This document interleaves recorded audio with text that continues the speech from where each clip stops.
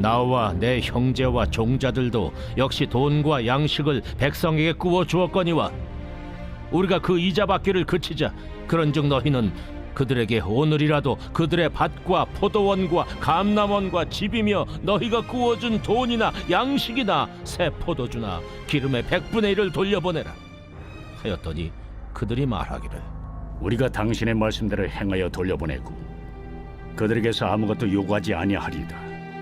하기로 내가 제사장들을 불러 그들에게 그 말대로 행하겠다고 맹세하게 하고 내가 옷자락을 털며 이르기를 이 말대로 행하지 아니하는 자는 모두 하나님이 또한 이와 같이 그 집과 산업에서 털어 버리실지니 그는 곧 이렇게 털려서 빈손이 될지로다 하매 회중이 다 아멘하고 여호와를 찬송하고 백성들이 그 말한 대로 행하였느니라. 또한 유다 땅 총독으로 세움을 받은데 곧 아닥사스다 왕 제20년부터 제32년까지 12년 동안은 나와 내 형제들이 총독의 녹을 먹지 아니하였느니라. 나보다 먼저 있었던 총독들은 백성에게서 양식과 포도주와 또 은 40세겔을 그들에게서 빼앗았고 또한 그들의 종자들도 백성을 압제하였으나 나는 하나님을 경외함으로 이같이 행하지 아니하고 도리어 이 성벽 공사에 힘을 다하며 땅을 사지 아니하였고 내 모든 종자들도 모여서 일을 하였으며 또 내 상에는 유다 사람들과 민장들 150명이 있고 그 외에도 우리 주위에 있는 이방 족속들 중에서 우리에게 나아온 자들이 있었는데 매일 나를 위하여 소 1마리와 살진 양 6마리를 준비하며 닭도 많이 준비하고 열흘에 한 번씩은 각종 포도주를 갖추었나니 비록 이같이 하였을지라도 내가 총독의 녹을 요구하지 아니하였음은 이 백성의 부역이 중함이었더라. 내 하나님이여, 내가 이 백성을 위하여 행한 모든 일을 기억하사 내게 은혜를 베푸시옵소서.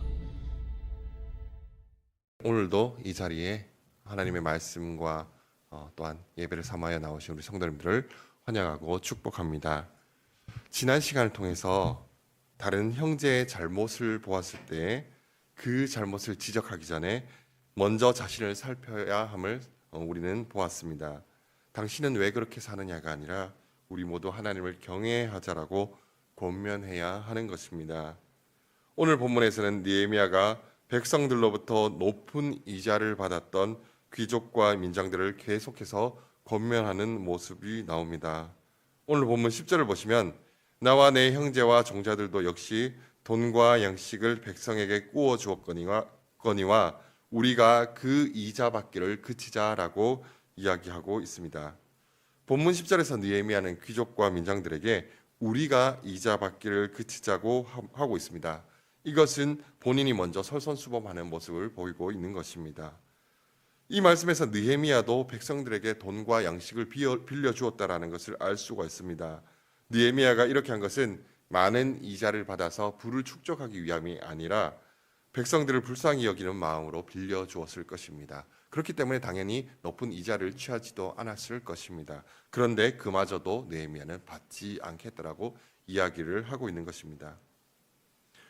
느헤미야가 이렇게 솔선수범하는 모습은 누군가를 권면하고 지도하는 데 있어서 꼭 필요한 모습이라는 생각을 하게 됩니다.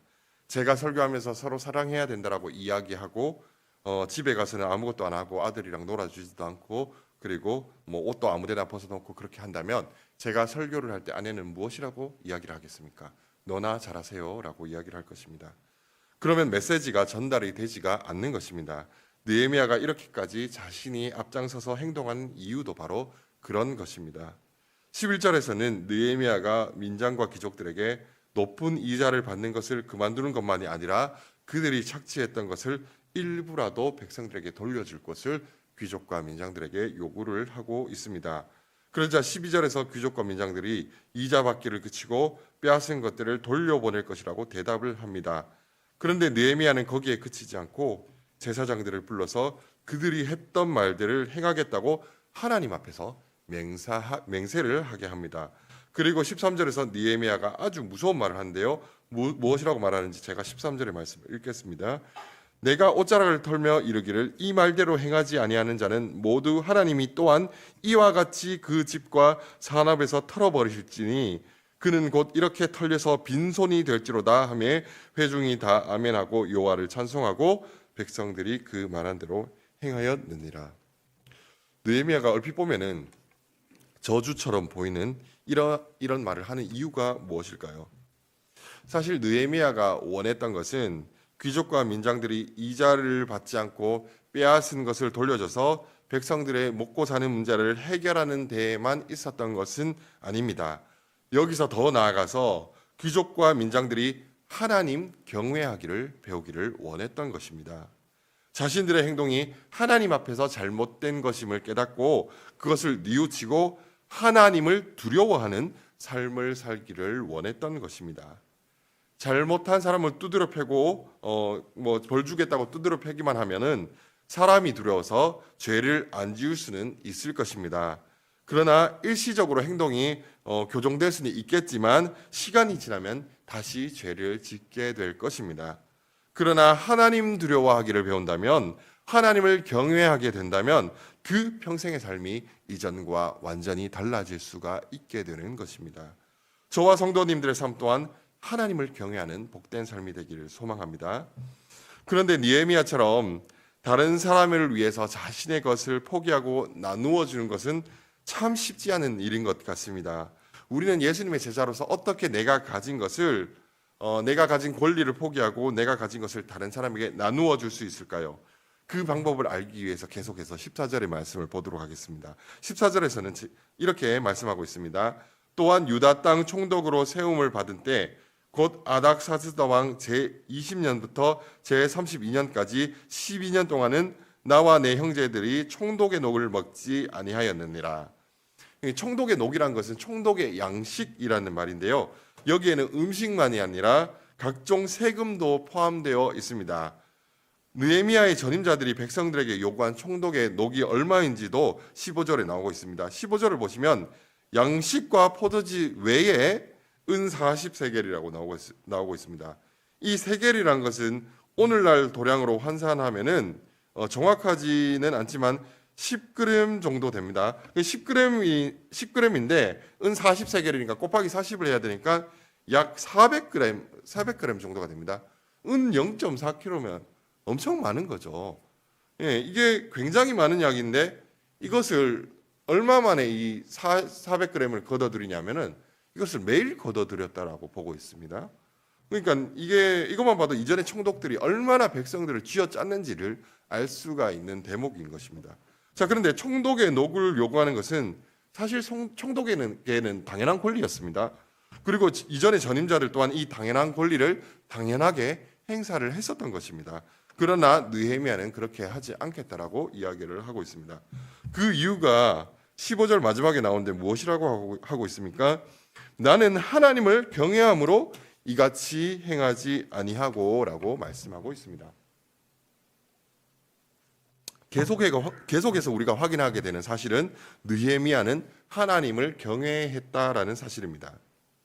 성도님들, 이스라엘 민장들과 귀족들이 백성들의 땅과 재산을 빼앗고 그들의 가족까지도 종으로 팔아넘기는 것이 하나님께서 기뻐하시지 않는 일이라는 사실을 몰라서 이런 일을 했을까요? 그들이 하나님의 뜻을 몰랐을 리가 없습니다. 그럼에도 그들은 하나님을 두려워하지 않았기에 그렇게 같은 민족을 압제했던 것입니다. 우리 또한 하나님의 말씀을 안다고 해서 그 말씀대로 살아가는 것은 아닙니다. 우리가 하나님의 말씀대로 살아가기 위해서는 우리 안에 하나님을 경외하는 마음이 있어야 합니다. 이러한 경외함은 언젠가 내가 하나님 앞에 서게 될 것이며 내가 행한 대로 갚아주실 것이라는 믿음을 가질 때에만 소유할 수 있는 것이 바로 이 경외함인 것입니다. 요한계시록 22장 12절의 말씀입니다. 보라, 내가 속히 오리니 내가 줄 상이 내게 있어 각 사람에게 그가 행한 대로 갚아주리라. 아멘. 저와 성도님들의 삶이 다시 오실 주인, 다시 오실 주님을 기다리며 하나님 앞에 서게 될 날을 경외함으로 준비하는 복된 삶이 되기를 소망합니다. 느헤미야가 자신의 권리를 포기할 수 있었던 이유는 첫 번째로 그가 하나님을 경외하는 사람이었기 때문입니다. 그리고 또 우리가 가진 것을 다른 사람과 나누기 위해서는 무엇이 필요한지 16절부터 나오고 있습니다. 느헤미야는 성벽 공사를 하면서도 자신의 재산을 늘리고 다른 사람으로부터 무엇을 받기보다는 자신에게 속한 사람들을 불쌍히 여기고 자신이 가지고 있는 것으로 이들을 섬겼다라고 하는 내용이 16절부터 19절까지 쭉 나오고 있습니다. 그런데 그 16절부터 19절까지를 읽다 보면 왠지 느헤미야가 자신이 그렇게 행한 일들을 자랑하는 것처럼 보입니다. 19절에서도 무엇이라고 이야기를 하냐면 내가 이 백성을 위하여 행한 모든 일을 기억하사 내게 은혜를 베푸시옵소서라고 이야기를 하고 있습니다. 얼핏 보면은 내가 이만큼 했으니까 저에게 더 큰 복을 주십시오라고 말하는 것처럼 들릴 수 있는 이야기입니다. 하지만 실제로 느헤미야는 19절의 그 말씀이 그 기도가 어떤 보상을 하나님께 바라는 것이 아니라 하나님께서 은혜 베풀어 주실 것을 간구하는 기도라는 것을 우리는 알 수 있습니다. 느헤미야가 총독의 녹을 받지 않고 이 수많은 사람들을 섬길 수 있었던 것은 하나님께서 은혜를 베풀어 주셨기 때문이라고 고백하고 그 은혜를 다시 한번 간구하고 있는 것입니다. 총독의 녹을 받지 않고도 150명이 넘는 사람을 매일 먹이는 것 자체가 하나님의 놀라운 은혜요 기적이라는 것입니다. 성도님들, 내가 가진 것을 내려놓고 다른 사람과 나눌 수 있는 것은 내가 은혜 받은 자라는 사실을 깨닫고 감사하는 자만이 할 수 있는 것입니다. 내가 가진 것이 내 노력과 힘이 아니라 하나님께서 주신 것임을 우리가 기억할 때에 우리가 가진 것을 나눌 수가 있는 것입니다. 저와 성도님들의 삶이 하나님께서 나에게 베풀어 주신 은혜를 깊이 깨닫고 그 은혜에 감사하여 가진 것을 나누며 살아가는 복된 삶이 되기를 소망합니다. 혹시 이 자리에 그런데 나는 하나님께 받은 것이 많지 않다라고 생각하는 분이 계십니까? 그래서 나눌 것이 없다라고 생각하는 분이 계십니까? 물론 세상의 기준으로는 우리가 가진 것이 적어 보일 수도 있습니다. 그러나 하나님께서 저와 성도님들에게 베풀어 주신 가장 크고 놀라운 은혜는 예수 그리스도께서 나의 죄를 용서해 주시기 위해 하늘 보좌를 포기하고 사람이 되셔서 십자가에서 자신을 내어 주신 것입니다. 저와 성도님들의 삶이 이 은혜를 기억하면서 경외함과 감사함으로 내가 가진 것, 특별히 나에게 허락하신 이 귀한 십자가의 복음을 다른 사람과 나눌 수 있는 그런 복된 삶이 되기를 소망합니다.